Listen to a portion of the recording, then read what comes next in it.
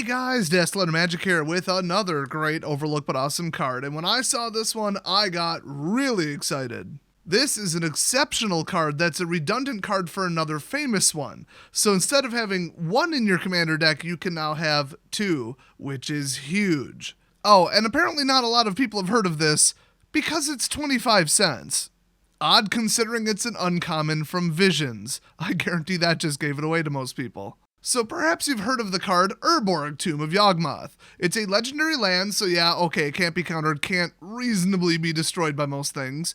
And you can just drop it into play, and then each land, you and your opponents, is a swamp in addition to its other land types, which means that any land in the game can now tap for black. We're talking Evolving Wilds can tap for black. When they say each land, they mean each land. So this may or may not help your opponent. It wouldn't normally harm them, but the whole point is that your lands are now all swamps, and there are a lot of cards that do special things with swamps. They count the number of swamps, that sort of thing. But did you know that there's another card that is, like I said, redundant with Urborg? I'm talking about the 25-cent wonder Blanket of Night.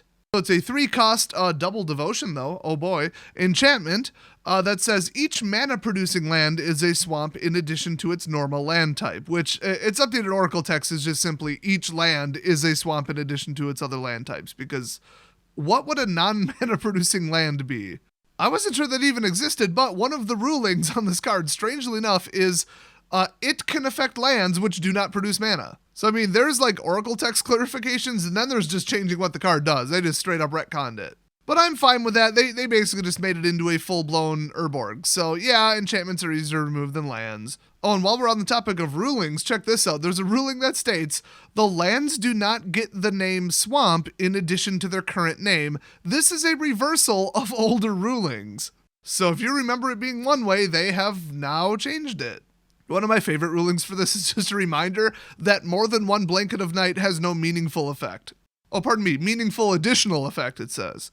It also doesn't take a non-basic land and make it a basic land. It only affects lands in play. I mean, you can go read like exactly how it works if you intend to actually use this. It is important, of course, to understand how the card works before you use it. But generally, yeah, I mean, for 25 cents, something as old as Visions, I mean, put this in your mono black deck. Especially if it's a commander deck with a bunch of like black lands that aren't necessarily swamps, but you know, do cool stuff. Well, now they're swamps, and then put in a bunch of cards that care about swamps. Like, well, there's a ton of them, but my personal favorite is Cryptghast. Whenever you tap a swamp for mana, add an additional black to your pool. The old 2-for-1 special ghost. There's actually a hilarious card called Angry Mob. Very, very old school card, like 4th and 5th edition, that kind of thing. And it says its power and toughness are 2+ star and 2+ star.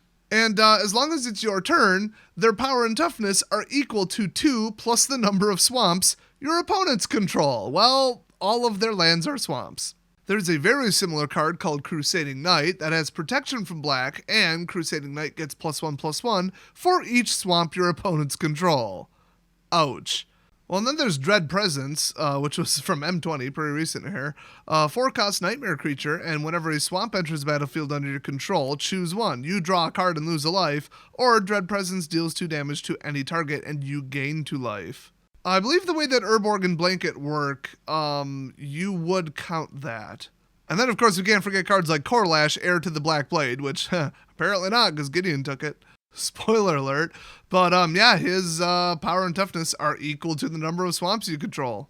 Oh, and by the way, there's just generally the ability Swamp Block, which means this creature can't be blocked as long as defending player controls a swamp. That can just absolutely obliterate someone.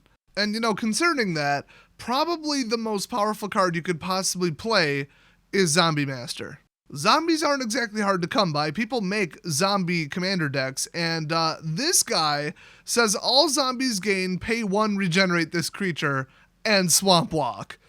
Oh boy, you want to weaponize your opponent's brand new swamps you just gave them? Dang, this is going to hurt.